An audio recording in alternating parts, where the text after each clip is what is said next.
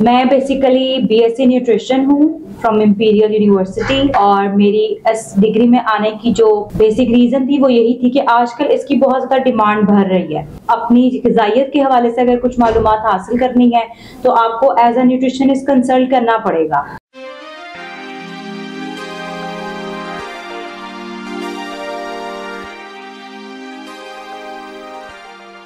बिस्मिल्लाहिर्रहमानिर्रहीम। आज हम उस शोबे की बात करेंगे जो पाकिस्तान में बड़ी तेज़ी के साथ पेशरफ्त कर रहा है, आगे बढ़ रहा है। इस पेशे को या जिस शोबे की हम बात कर रहे हैं, इस पर लोगों का पहले कोई इतना ध्यान नहीं था, ख्याल नहीं था, तवज्जो नहीं थी, लेकिन आज इसकी इंतहाई ज़्यादा ज़रूरत महसूस हो रही है। जदीद ज़राए हैं, खुराकें बढ़ गई हैं, खुराकें नई से नई आ रही हैं। तो आज हम बात करेंगे न्यूट्रिशन पर। हमारे साथ आज मौजूद हैं न्यूट्रिनिस्ट, माहिर ग़िज़ाइयत जिसको कहते हैं फ़रहीन नबी। फ़रहीन नबी से हम पूछते हैं कि पहले अपने बारे में कुछ बताएं, अपनी एजुकेशन के बारे में बताएं, और उसके बाद फिर ग़िज़ाइयत या फिर न्यूट्रिशन के बारे में बताएं। अस्सलाम वालेकुम, कैसे हैं आप? ठीक हैं, अल्लाह का शुक्र है। मैं बेसिकली बीएससी न्यूट्रिशन हूँ फ्रॉम इंपीरियल यूनिवर्सिटी, और मेरी इस डिग्री में आने की जो बेसिक रीज़न थी वो यही थी कि आजकल इसकी बहुत ज़्यादा डिमांड बढ़ रही है।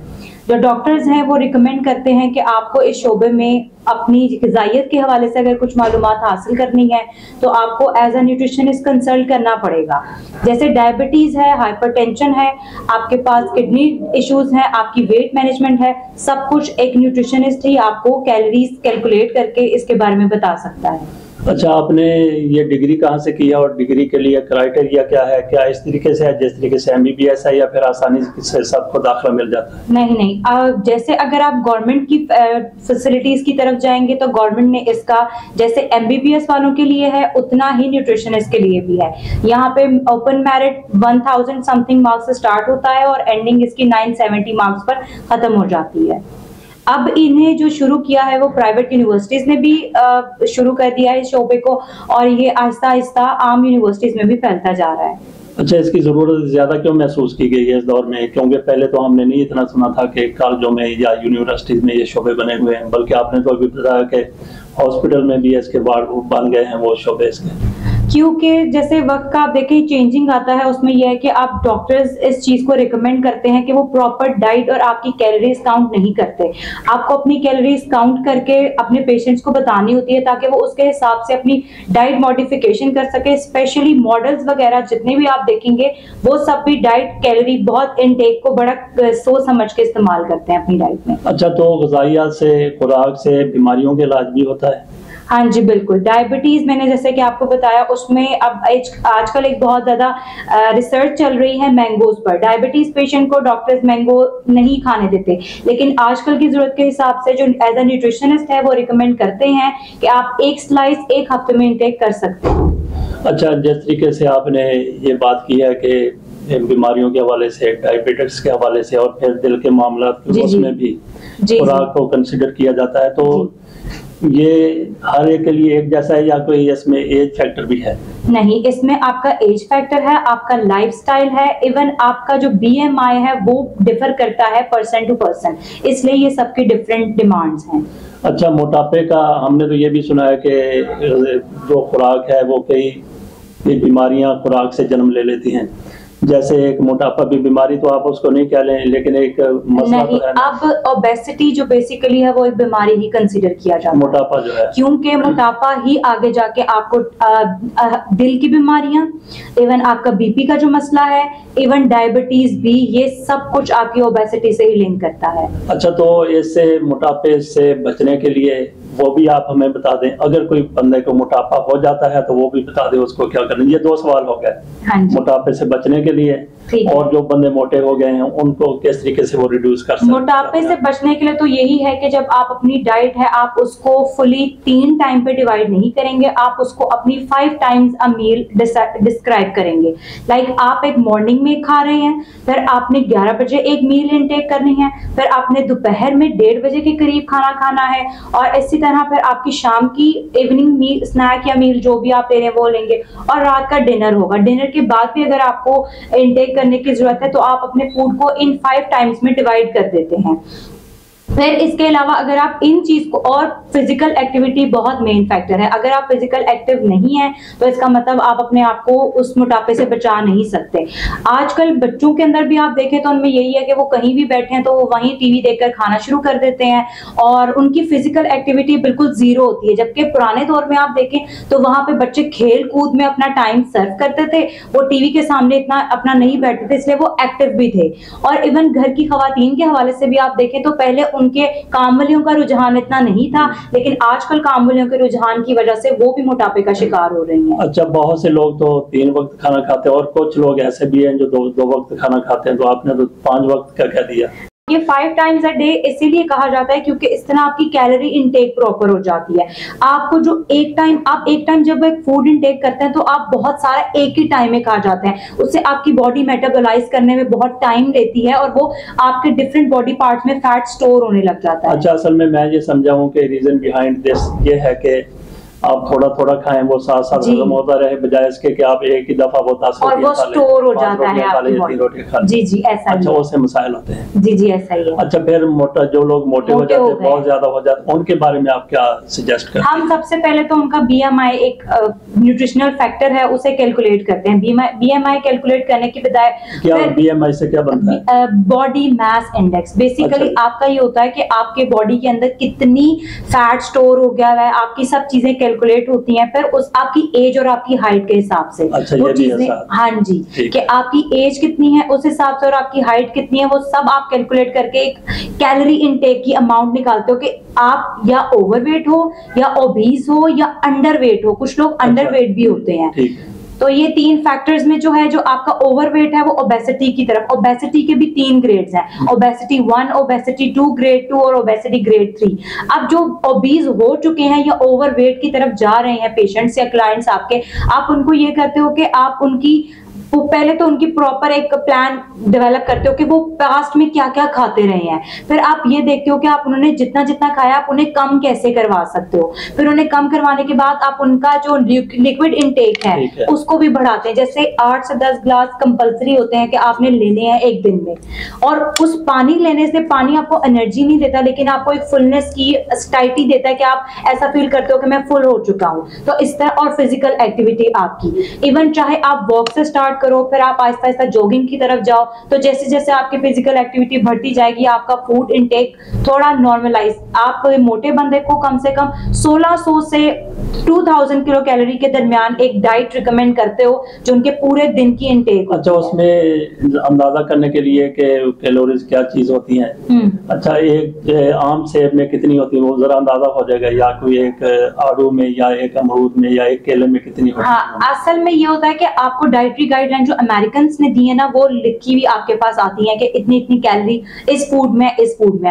अब जब न्यूट्रिशनिस्ट उसे डिवाइड करता है तो वो आपकी पूरे दिन की कैलोरीज को कैलकुलेट करके, कि अगर वो एक सेब आपको रिकमेंड कर रहा है तो वो उससे कंपेयर करके देगा कि अगर मैंने ये सेब इस टाइम दे दिया है फ्रूट में तो मैं आगे ऐसा फ्रूट मत दूं जिसकी कैलोरीज उसके साथ मिलती ना हो या आपको फर्दर जो है वो उसके पूरी हो जाए। ठीक। अच्छा, तो मोरूसियत कुछ लोगों में, मोरूसी तौर पर जो भी खाते रहे उनको कोई वेट पे असर नहीं पड़ता, और कुछ लोग ऐसे हैं वो भी उनकी मोरूसी मामला ही होता है कि थोड़ा सा खा लें तो उनका वेट बहुत बढ़ जाता है। असल में बात यह है कि मैंने आपको पहले भी बताया, जैसे जो आपका मेटाबॉलिक रेट होता है ना वो डिपेंड करता है। अच्छा। कुछ लोगों का मेटाबॉलिक रेट स्लो होता है, इसकी वजह से वो खाना इतनी जल्दी हजम नहीं कर पाते और उनकी फिजिकल एक्टिविटी ना होने की वजह से वो बॉडी में स्टोर होता रहता है डिफरेंट पार्ट्स में।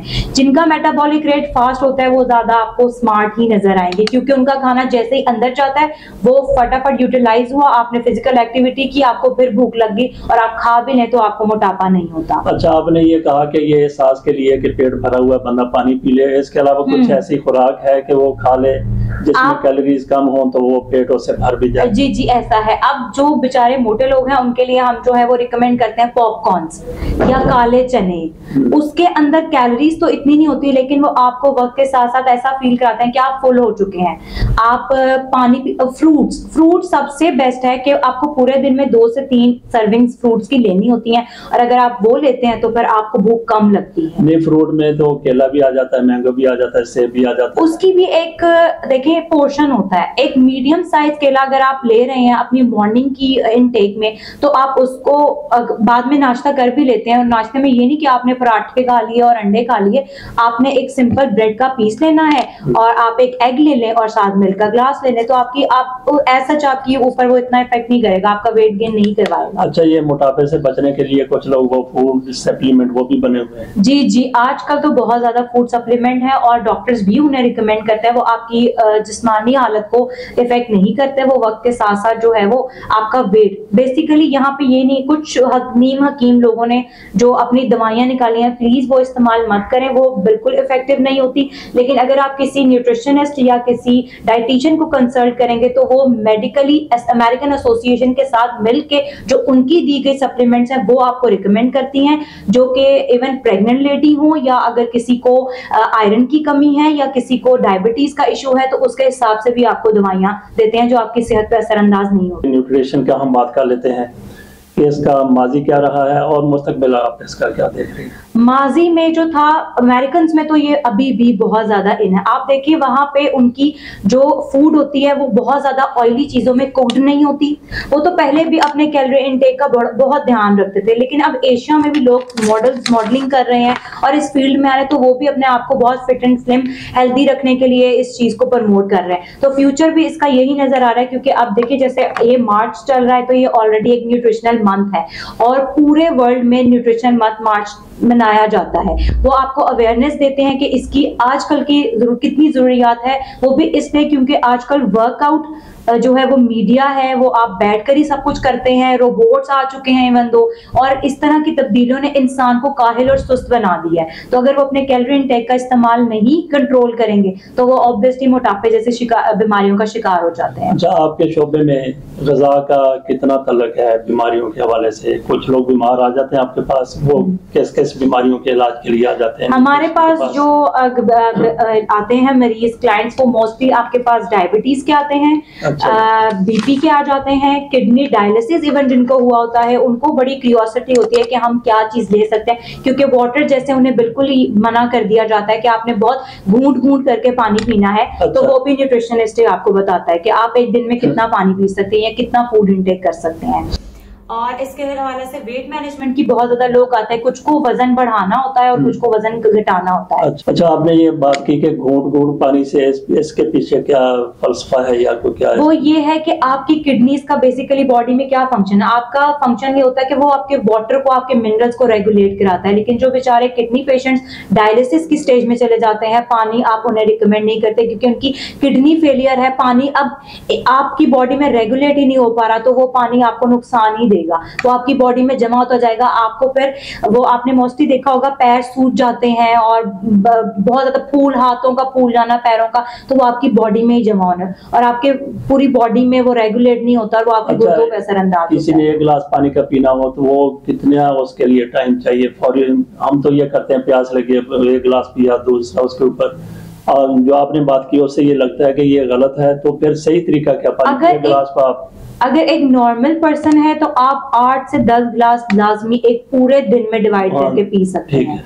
लेकिन जो डायलिसिस पेशेंट है उनका टाइम फिक्स होता है कि सपोज अगर उन्होंने मॉर्निंग में 1-2 घूंट पानी लिया है तो वो रात में बहुत इंसिस्ट करने पे ले सकते हैं, अदरवाइज आप दिन में उनको प्रोटीन वाली डाइट भी रिकमेंड नहीं करते। नहीं, आम बंदा जो है वो किस तरीके से पानी पिए? वो पी सकता है, गिलास पिया, दूसरा पिया, तीसरा? हाँ, वो उसकी कोई वो नहीं, क्योंकि वाटर एक वाहिद ऐसी चीज है जिसका कैलोरीज से कोई लिंक नहीं है और ना ही वो आपको पतला करता है ना मोटा करता है, बल्कि आपकी स्किन ग्लोइंग होती है और आपको हाइड्रेट रखता है पूरा टाइम। अच्छा, लोग अमूमन ऑफिस में काम करते हैं, उनका ऑफिस जाना होता है, ऑफिस आना होता है, दरमियान में चाय शाय वो पीते रहते हैं। तो ऐसे लोगों के लिए नॉर्मल एक आदमी जो है, ये जो उसकी आप समझ लेंगे 30 से 40 के दरमियान है या 30 से 45 के दरमियान है, उसके लिए आप क्या रिकमेंड करेंगे कि उसका वेट मेंटेन रहे? उसके लिए क्या खुराक होनी चाहिए? फिर जनरल सी बात, बेसिकली जो न्यूट्रिशनिस्ट है ना, वो एक मैं आपको एक फूड पिरामिड की एग्जांपल भी दूंगी और मैं आपको एक फूड प्लेट की भी एग्जांपल दूंगी। जो प्लेट होती है उसमें आपके पोर्शन साइज होते हैं। कोई भी बंदा किसी भी एज का अगर आप देख लें तो अगर उसकी कैलोरीज फॉर एग्जांपल उसने 2000 से 3000 किलो कैलोरीज कंज्यूम करनी है तो उसकी प्लेट में आपको कार्बोहाइड्रेट की कुछ अमाउंट मिलती है, कुछ प्रोटीन की मिलती है, कुछ डेयरी प्रोडक्ट्स की होती है, कुछ वेजिटेबल्स की और कुछ फ्रूट्स की। ये 5 फूड ग्रुप्स हैं टोटल जो आपने अपने पूरे दिन में इनटेक करने होते हैं। अगर मैं फ्रूट्स की बात करूं तो वो आप 2 टाइम्स अ डे कंज्यूम करते हैं। मतलब अगर आपने डिनर में कोई ले लिया है फ्रूट, एक सेब, तो वो आप शाम में भी एक केला ले सकते हैं। और इसी तरह वेजिटेबल्स की 3 सर्विंग ले सकते हैं। और जो आपके कार्बोहाइड्रेट्स हैं वो आपके 6 सर्विंग तक चला जाता है, क्योंकि मोस्टली हमारा यूज जो है वो कार्बोहाइड्रेट्स का होता है। और सबसे कम जो न्यूट्रिशनिस्ट रिकमेंड करते हैं वो आपके ऑयल फैक्टर को करते हैं, जो कि पाकिस्तान में बहुत ज्यादा इस्तेमाल किया जाता है। वो सबसे ज्यादा है और बाकी चीजें कम है as compared to other food groups. अच्छा, आखिरी सवाल हमारा हो गया जो सबसे पहला होना चाहिए था कि आपने कहाँ से डिग्री ली और उसके बाद आपने फिर कहाँ पे जॉब किया, तो आजकल आप क्या कर रही हैं, क्या करने का इरादा है आपका? बेसिकली मैंने imperial college of business study से की है अपनी न्यूट्रिशन में डिग्री, BS इन न्यूट्रिशन।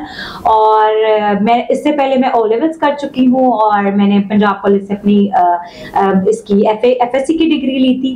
मेरा आगे मैंने जो जहाँ वर्क किया है वो बेसिकली है, मैंने फातिमा मेमोरियल में काम किया है, मैंने हिजाज हॉस्पिटल में काम किया है। हिजाज हॉस्पिटल में तो न्यूट्रिशन का बहुत अच्छा एक शोबा चल रहा है और वहाँ पे जो हमारी बैठती हैं डॉक्टर वो बहुत अच्छी हैं, उनको बहुत सारे लोग भी कंसल्ट करते हैं। और उसके अलावा उनका नाम भी बता दें। मिस मोइना बेग उनका नाम है। अगर किसी को भी कोई हेल्थ इशू हो तो वो उन्हें कंसल्ट कर सकता है। वो लाहौर की बहुत बेस्ट न्यूट्रिशनिस्ट है। और इसके अलावा ये है कि आगे मेरा फर्दर प्लान यही है कि मैं अपनी इसी डिग्री को कंटिन्यू करूंगी। अपना पर्सनल क्लिनिक खोलने का मेरा इरादा है और मैं ये इसी पर फोकस कर रही हूँ। अच्छा, सुना है कि बड़े बड़े हॉस्पिटल्स में इसके शोबे बन गए हैं, CMH में भी बन गए हैं, PF हॉस्पिटल में भी हैं, दूसरे बड़े हॉस्पिटल में। आपकी क्या इस बारे में मालूमात है? ये ऐसा है कि पहले तो अभी ये स्टार्टिंग जब बैक 6 इयर्स तो ये स्टार्टिंग था तो इतना इसका डिमांड नहीं थी, लेकिन वक्त के साथ साथ अब चूंकि लोगों को बड़ी इस चीज की जरूरत है और आपका जो एलीट तबका है वो तो बहुत ज्यादा कंसर्न होता है। और इवन अगर मैं मीडियोकर्स की भी बात करूं तो उसमें भी उन्हें अपने बच्चों के लिए बड़ी, आप देखिए आजकल बच्चों की ग्रोथ भी बहुत ज्यादा इफेक्ट हो रही है, तो वो भी बहुत ज्यादा आके कंसल्ट करते हैं कि हमें इनसे मतलब हमें डाइट प्लान दे दें, हमारे बच्चे की ग्रोथ उस तरह नहीं हो रही जिस तरह होनी चाहिए थी। तो हर तबका इस फील्ड की तरफ आने। अच्छा, तो ये मेरे ज़हन में एक सवाल ये भी आ गया कि जिस तरीके से हम वो खाने पीने के जो मामला है हमारे, तो जिस तरीके से हमें अपना वो अवेयरनेस होनी चाहिए सेहत के हवाले से, वो उस तरीके से नहीं है, तो क्या इसको निसाब में शामिल कर लेना चाहिए? और स्कूलों में भी मेरा ख्याल है कि न्यूट्रिशन को या कॉलेजों में ऐसा ही है। कॉलेजेस और न्यूट्रिशन की बात करें तो हमारे साइंस वो तो हो गया, लेकिन हम निसाब की बात कर रहे हैं कि निसाब में सब्जेक्ट्स में आप कह रहे हैं ना, साइंस में आपको ये पढ़ाया जाता है, लेकिन एज सच जब आप उसकी डिग्री की बात करें तो वो आप यूनिवर्सिटी लेवल पे ही उसकी सेपरेट डिग्री करते हैं। नहीं, अवेयरनेस के लिए मैं कहता हूँ। अच्छा, आप इस हवाले से क्या तजवीज करती हैं ज्यादा अवेयरनेस के लिए, लोगों को पता चलने के लिए? मैंने तो कहा चले स्कूलों में हो जाए, बच्चों को बताया जाए। मैं इसके अलावा क्या तरीका हो सकता है? एक एग्जांपल देती हूँ। जो नेस्ले की आपने सुनी होगी कंपेन्स, वो उन्होंने फूड फॉर लंच स्कूल्स में जाके वो बहुत ज्यादा इस चीज पे काम कर रहे हैं। तो अवेयरनेस उनकी इस तरह ही आहिस्ता आहिस्ता बढ़ रही है कि आयोडाइज सॉल्ट आजकल बहुत इन है, तो वो आपको रिकमेंड करते हैं कि आप अपने डाइट में iodise salt companies basically nutrition वाले ही चला रहे हैं और उनकी डिमांड यही है कि इस पे काम किया जाए। ठीक है, बहुत शुक्रिया बेटा, थैंक यू सो मच।